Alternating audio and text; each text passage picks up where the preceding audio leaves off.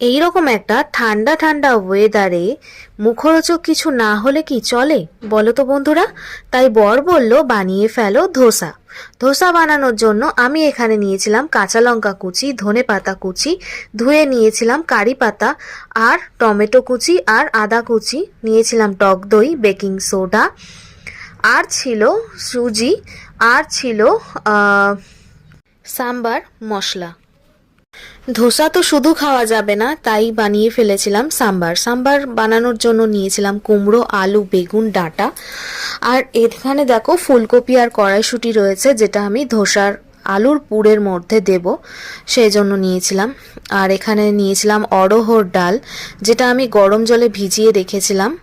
আর এখানে দেখো নিলাম 1 কাপ মেপে বাটিতে করে সুজি, আর সেই মাপেই নিয়েছিলাম টক দই। তো এটাকে আমি মিক্সির মধ্যে দিয়ে ভালো করে ফেটিয়ে একটা পেস্ট তৈরি করব। তারপরে দেখো কড়াইতে দিলাম শুকনো লঙ্কা, সাদা তেলে ফোড়ন দিয়ে দিলাম সর্ষে ছোট দানাটা, আর তারপরে দিয়ে দিয়েছিলাম বিউলির ডাল, দিয়েছিলাম কারি পাতা, তারপরে ফুলকপি দিয়েছিলাম, আর দিয়েছিলাম কুচিয়ে রাখা কাঁচা লঙ্কা। এবার এটাকে আমি একটু ভালো করে নাড়াচাড়া করে নেব। তারপরে করে রাখা আলুটাকে আমি ম্যাশ করে নিয়েছিলাম, আর সেটাকে দিয়ে দিলাম কড়াইতে, দিয়ে ভালো করে নাড়াচাড়া করে নিয়েছিলাম নুন দিয়ে।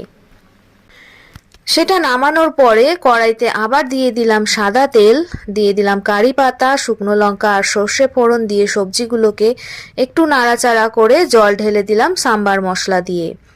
দেখো ধোসা এখানে রেডি হয়ে গেছে, সাম্বারও রেডি।